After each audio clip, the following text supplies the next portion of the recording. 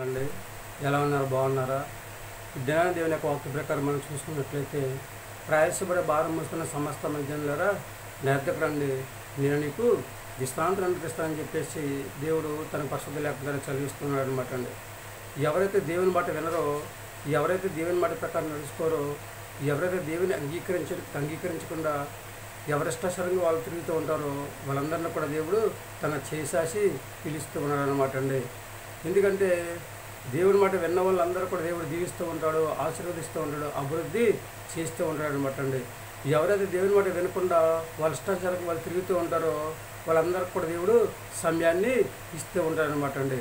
నా కుమారుడు నా కుమార్తె ఈరోజు కాకపోతే రేపు, రేపు కాకపోతే ఎల్లుండా ఏదో ఒక సమయంలో నా మాట వింటారని చెప్పేసి దేవుడు ఎంతో ఆశతో వాళ్ళకి సమయాన్ని ఇస్తూ ఉన్నారనమాట అండి.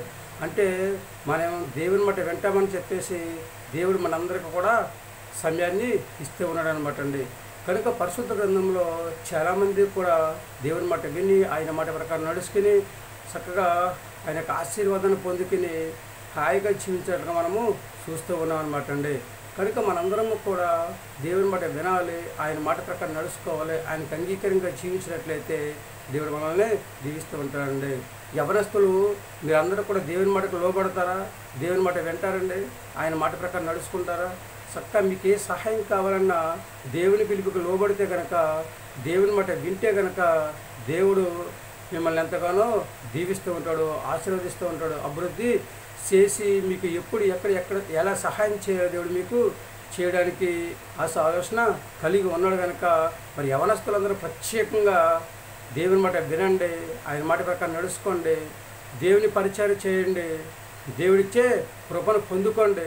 చక్కగా విశ్వాసంతో, నమ్మకంతో, భక్తితో ప్రార్థన చేసుకోండి. మీ విశ్వాసాన్ని ఎక్కడో కోల్పోకండి, మీ భక్తిని ఎక్కడో కోల్పోకండి, చక్కగా మీ నమ్మకాన్ని ఎక్కడా కోల్పోకండి.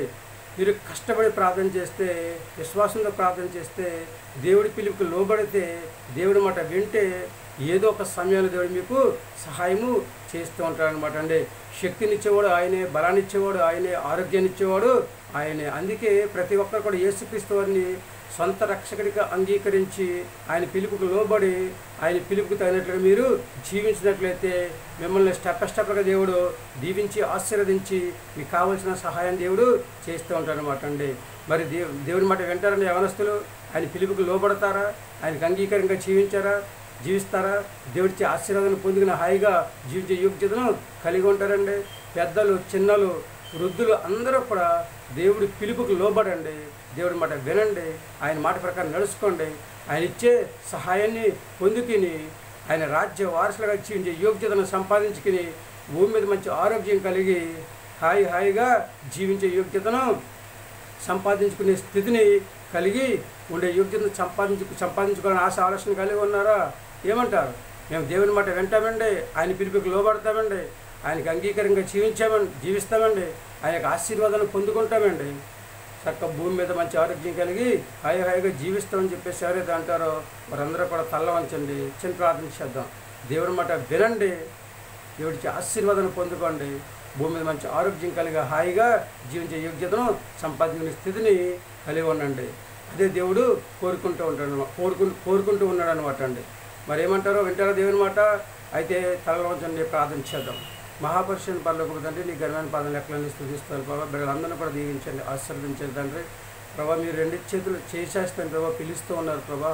ఎవరైతే కష్టాలు ఉన్నారో, బాధలో ఉన్నారో, ఇబ్బందుల్లో ఉన్నారో, సంతోషంగా ఉన్నారో, ఆనందంగా ఉన్నారో, ఉల్లాసంగా ఉన్నారో తండ్రి, ప్రతి మనిషిని దండిస్తుంది ప్రభావ. గర్భిణీ స్త్రీలేమి, ప్రసవించే స్త్రీలేమి, చిన్నలేమి, పెద్దలేమి, గనులేమి, అలుపులేమి అందరినీ ప్రభావ ఇది చేసేసి పిలుస్తూ ఉన్నారు. ఎవరైతే నీ పిలుపుకు లోబడతారో దండిస్తున్నారో వారందరూ కూడా దీవించబడతారో, ఆశీర్వదించబడతారో, అభివృద్ధి పొందుతారు ప్రభావ. ప్రతి ఒక్కరు ప్రభావ నీకు వ్యతిరేకంగా జీవించుకున్నా, నీకు అంగీకారంగా జీవించి నీ ఇచ్చే ఆశీర్వాదాన్ని పొందుకుని హాయిగా జీవించే యోగ్యంగా ఇచ్చేయండి. గర్భిణీలను, బాలింతరాలను దండిస్తుంది ప్రభావ. సంతానాన్ని బిడ్డలను తండ్రి, అలాగే తండ్రి ప్రభావ అనారోగ్యంగా బాధపరుచున్న వారిని దండిస్తుంది ప్రభావ. వివాహం కోసం ఎదురు చూస్తున్న వారిని తండ్రి, అలాగే తండ్రి ప్రభావ చేతులు చేస్తున్న వారిని తండ్రి ప్రభావ, వాహనాలు నడిపేవారిని, ఉద్యోగాలు చేస్తున్న వారిని, వ్యాపారాలు చేస్తున్న వారిని ప్రభావ, సర్వసృష్టిలో అందరినీ జ్ఞాపకం చేసుకుని దండిస్తున్న ప్రతి ఒక్కరిని ప్రభావ పేరును దీవించి ఆశీర్వదించి ప్రతి ఒక్కరి ప్రభావ నీ పిలుపుకు లోబడి విశ్వాసంతో ప్రార్థన చేసుకుని నువ్వు ఇచ్చే మంచి ఆరోగ్యాన్ని సంపాదించుకుని తండ్రి చక్కగా దాని ప్రభు నీకు ఆశీర్వాదాన్ని పొందుకుని భూమి మీద హాయిగా జీవించే యోగ్యత ఇచ్చింది. మా ప్రార్థన ఆలకిస్తాను, మా ప్రార్థనకు పరిపాలన ఇచ్చాను, మా కొరకు యేసుక్రీస్తు ప్రశ్న నామములో వేడుకొంచున్నాం తండ్రి, ఆమేన్. అందరికీ వందనాలండి. మీకు ఆశీర్వాదం మీకు తోడుగా ఉన్నాను కాక మనందరూ కూడా దేవుని పిల్లలను కనుక దేవునికి తగినట్లుగా జీవిద్దామండి. దేవుని మాట విందాం, ఆయన పిలుపుకు లోబడతామండి, ఆయన ఇచ్చే ఆశీర్వాదాన్ని పొందుకుందాం.